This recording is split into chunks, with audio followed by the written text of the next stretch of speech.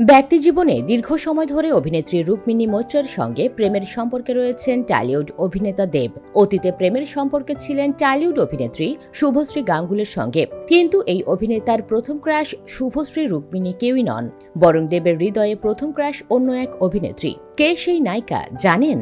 ভারতীয় সংবাদ মাধ্যম হিন্দুস্তান টাইমসের প্রতিবেদন থেকে জানা যায়, দেবের প্রথম ক্রাশ বলিউড অভিনেত্রী দিয়া মির্জা। সঙ্গীত বাংলার একান্ত সাক্ষাৎকারে দেব একথা জানান। বলেন, দিয়া মির্জার প্রেমে প্রথম পড়েছিলাম।